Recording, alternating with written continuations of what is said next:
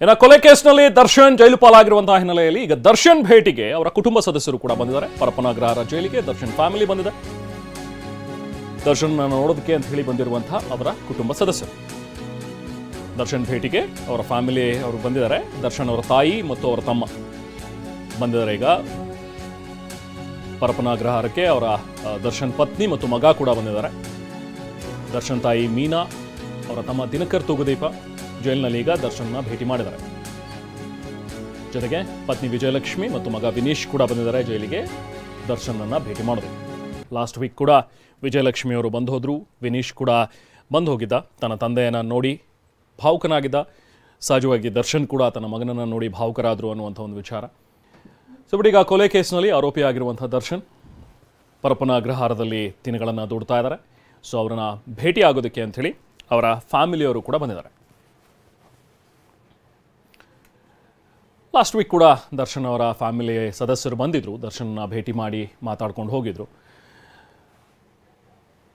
ದರ್ಶನ್ ಮೇಲಿರುವಂತಹ ಈಗ ಆರೋಪ ಅದು ಕೂಡ ಒಂದು ಗಂಭೀರವಾದಂತಹ ಆರೋಪ ಇರುವಂಥದ್ದು, ಅದು ಕೊಲೆ ಆರೋಪ. ಸೊ ಹಾಗಾಗಿ ಇಷ್ಟು ದಿನಗಳಿಂದ ಜೈಲಿನಲ್ಲೇ ಇರುವಂತಹ ದರ್ಶನ್ ಭೇಟಿ ಆಗ್ತಾ ಇದ್ದಂತೆ ಸಹಜವಾಗಿ ತಾಯಿ ಭಾವುಕರಾಗಿದ್ದಾರೆ.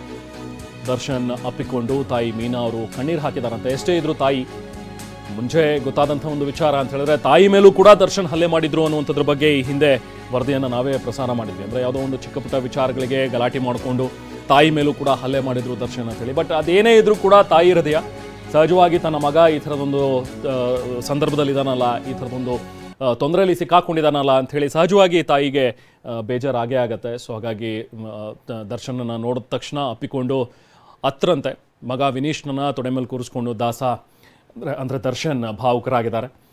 ಸೊ ವಿಜಯಲಕ್ಷ್ಮಿಯನ್ನು ಕೂಡ ಮಾತನಾಡಿದ್ದಾರೆ. ಬಹುಶಃ ಏನೇ ಆಗಿರ್ಬೋದು ಹಿಂದಿನ ಘಟನೆಗಳು, ಬಟ್ ತಪ್ಪು ಮಾಡಿದ್ದಾರೆ ಅನ್ನುವಂಥದ್ದಾದರೆ ಖಂಡಿತವಾಗ್ಲೂ ಮುಂದಿನ ದಿನಗಳಲ್ಲಿ ಕಾನೂನಿದೆ, ಶಿಕ್ಷೆ ಸಿಕ್ಕೇ ಸಿಗುತ್ತೆ. ಬಟ್ ಈಗ ವಿಚಾರಣಾಧೀನ ಖೈದಿಯಾಗಿರುವಂಥ ಆರೋಪಿ ಸ್ಥಾನದಲ್ಲಿರುವಂತಹ ದರ್ಶನ್ ಜೈಲಿನಲ್ಲೇ ದಿನಗಳನ್ನು ದೂಡ್ತಾ ಇದ್ದಾರೆ. ಅವ್ರನ್ನ ನೋಡೋದಕ್ಕೆ ಅಂಥೇಳಿ ಅವರ ಫ್ಯಾಮಿಲಿಯವರೆಲ್ಲರೂ ಕೂಡ ಲಾಸ್ಟ್ ವೀಕು ಕೂಡ ಬಂದಿದ್ದರು. ಆದಮೇಲೆ ಮತ್ತೆ ಇವತ್ತು ಕೂಡ ಬಂದಿದ್ದಾರೆ. ಬಹುಶಃ ಅರೆಸ್ಟ್ ಆದ ನಂತರ ಒಂದಷ್ಟು ಮಾತುಗಳು ಬಂದಿದ್ವು, ಯಾಕೆ ಅವರ ಫ್ಯಾಮಿಲಿಯವರು ಯಾರು ಕೂಡ ನೋಡೋದಕ್ಕೆ ಬಂದಿಲ್ಲ ಅನ್ನುವಂಥದ್ರ ಬಗ್ಗೆ. ಬಟ್ ಹಾಗಿಲ್ಲ ಸಿಚುವೇಶನ್ನು. ಈಗ ಅವರ ತಾಯಿ ಕೂಡ ಬಂದು ಮಾತಾಡ್ಸ್ಕೊಂಡು ಹೋಗಿದ್ದಾರೆ. ಮಗ ವಿನೀಶ್ನನ್ನು ತೊಡೆ ಮೇಲೆ ಕೂರಿಸ್ಕೊಂಡು ಸ್ವಲ್ಪ ಹೊತ್ತು ಮಾತಾಡಿದ್ದಾರೆ ದರ್ಶನ್. ತಂದೆ ಮಗನ ಸ್ಥಿತಿ ಕಂಡು ವಿಜಯಲಕ್ಷ್ಮಿ ಕೂಡ ಭಾವುಕರಾದರು. ದರ್ಶನ್ಗೆ ಧೈರ್ಯ ಹೇಳಿದ್ದಾರೆ. ಅವರ ಸಹೋದರ ದಿನಕರ್ ತೂಗುದೀಪ ಕೂಡ ಮಾತನಾಡಿದ್ದಾರೆ ದರ್ಶನ್ ಜೊತೆಗೆ. ಕಾನೂನು ಹೋರಾಟದ ಬಗ್ಗೆ ಕುಟುಂಬದವರು ಚರ್ಚೆಯನ್ನು ಕೂಡ ಮಾಡ್ತಾ ಇದ್ದಾರೆ. ಸಹಜ, ಯಾಕಂದ್ರೆ ನಾನು ಆಗಲೇ ನಿಮಗೆ ಹೇಳ್ತಾ ಇದ್ದೆ, ಕೆಲವು ದಿನಗಳ ಹಿಂದೆ, ಕೆಲವು ವರ್ಷಗಳ ಹಿಂದೆ ದರ್ಶನ್ ತಾಯಿ ಮೇಲೆ ಹಲ್ಲೆ ಮಾಡಿದ್ದು ಅಥವಾ ತಮ್ಮನ ಜೊತೆಗೂ ಕೂಡ ಸ್ವಲ್ಪ ಮಟ್ಟಿಗೆ ಅವರು ಒಂದು ಸೆಟ್ಟಲ್ಲಿ ಬಿಹೇವ್ ಮಾಡ್ತಾ ಇದ್ರು, ವರ್ತಿಸ್ತಾ ಇದ್ರು ಅಂತೇಳಿ. ಬಟ್ ಅದೆಲ್ಲವೂ ಕೂಡ ಒಂದು ಕಡೆ, ಅದೇನೇ ಇದ್ರು ಕೂಡ ಫ್ಯಾಮಿಲಿನ.